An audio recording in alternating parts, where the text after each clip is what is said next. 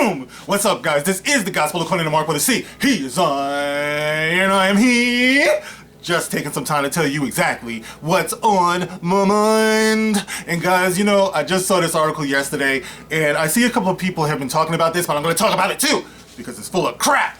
And this is that article is talking about the science behind the people who love or hate Star Wars, and how people are trying to connect this to people's political leanings, whether it's left or whether it's right. And it's just so funny to me, guys. When have you ever in the history of humanity seen this type of thing happen regarding whether or not people like a single movie, where people are going to invest all of this time and energy and brain power, like they're researching this thing like it's cancer and they're trying to find a cure? Are you kidding me? This is what you spend your mind, your brilliant mind and training talking about. It's not like you're some type of empty-headed YouTuber who just sits in front of a camera and just talks about how he feels.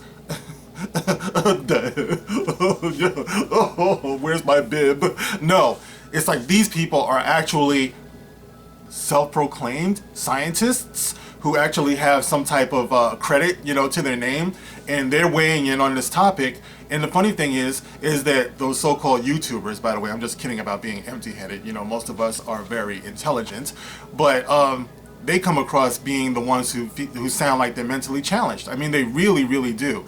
You know, and I offer this as proof.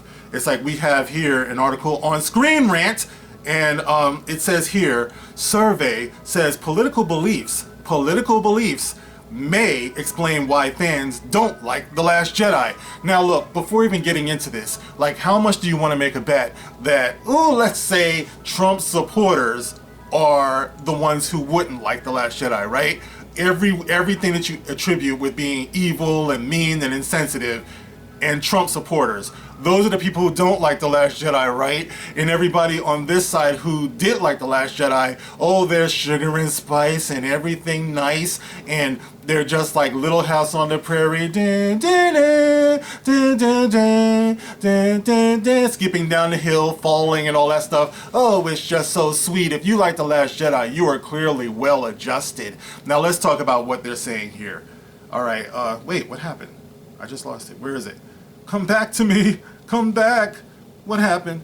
Okay, let me just bring it up. Bear with me, guys. A survey. Okay, this is by Helen Armitage. Helen Armitage. And it says here, a survey on the Star Wars fandom has found that political beliefs could be the reason why many fans dislike Star Wars The Last Jedi. Political beliefs. Given how divisive The Last Jedi was, it should come as no surprise that Star Wars fans have some pretty strong opinions about the 8th installment in the long-running franchise. Of course, Star Wars The Last Jedi got plenty of glowing reviews, but a vocal minority, there goes that bullshit again, a vocal minority, well, you would consider me a minority, right? Even though I hate that term, but I'm a minority, and God knows I am vocal. So, okay, you haven't lied so far. A vocal minority, I should put that on a t-shirt, vocal minority. Where's Teespring? I need to be hawking some t-shirts out here, man. I see you guys. There are guys out here who are making a killing. I need to be making a killing too. You know what I mean? But anyway, going on. A vocal minority condemned the film.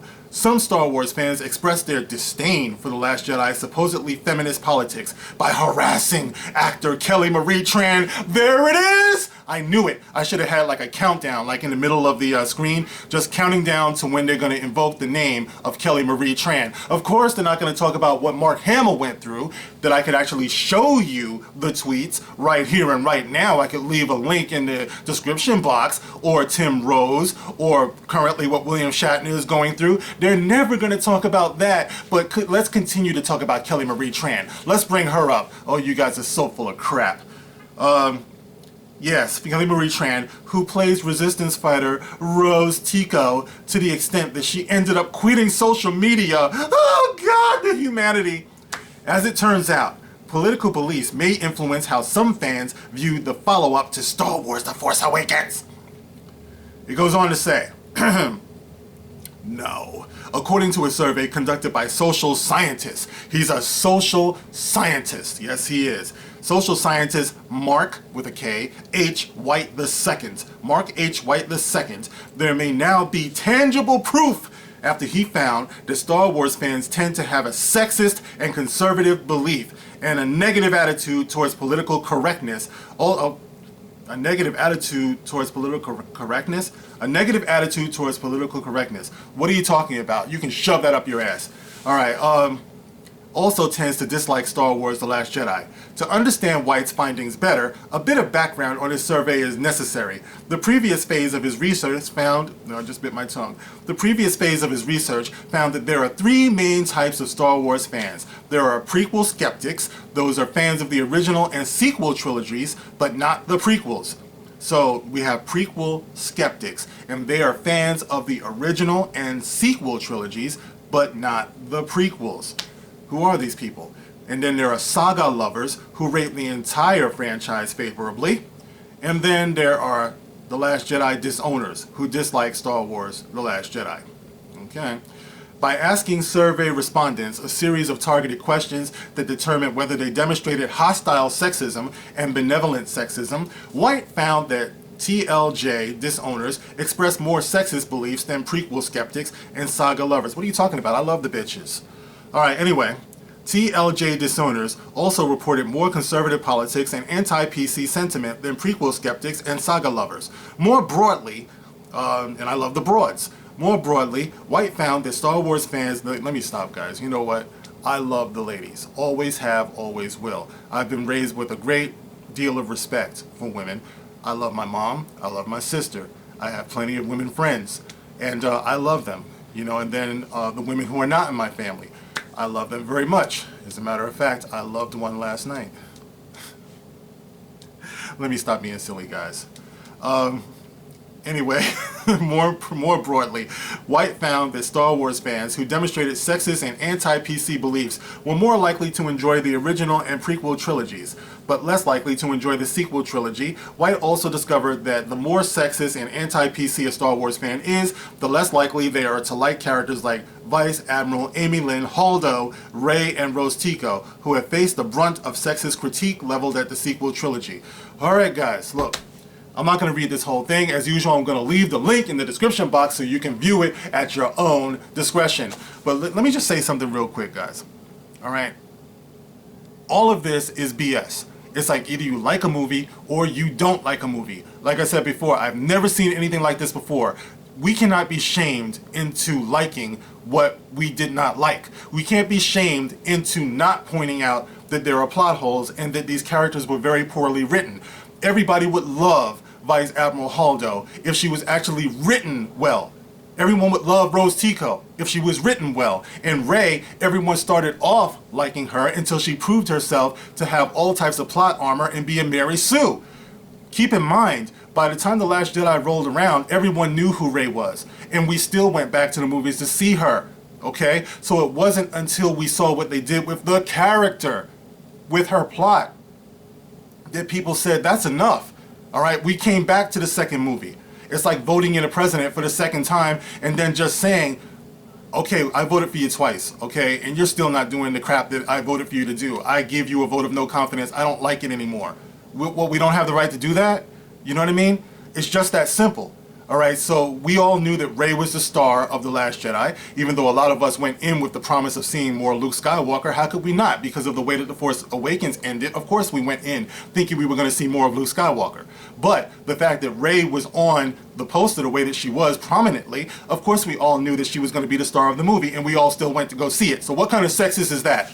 You know what I mean? So all I'm saying is your little credentials, you know, your little... titles after your name, it doesn't impress me.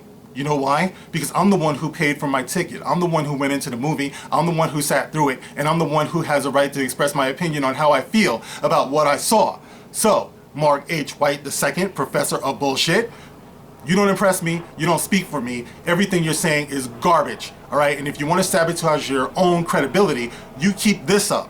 Okay, because as far as I'm concerned, you're a quack, you're a hack, and not somebody who should be listened to. So guys, You can tell me what you feel about it. You can read the article. You can see it for yourself.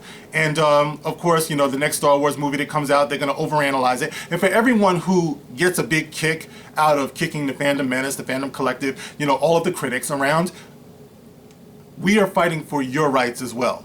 All right, because you have a right to say how you feel about a movie, whether you like it or whether you love it. I'm getting tired of people chasing us down all over Twitter, all over our comment sections. It's like all we're doing is expressing our opinions. And the fact that we have to keep on doing this is because these people keep on attacking us. It's not because we're attacking them, it's because they're attacking us. All we're saying is how we feel.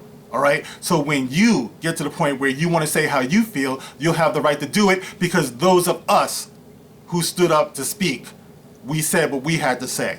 All right, so while you're attacking us and while you're insulting us and you're telling us to shut up and to sit down and everything like that, this is something that we're doing for everybody.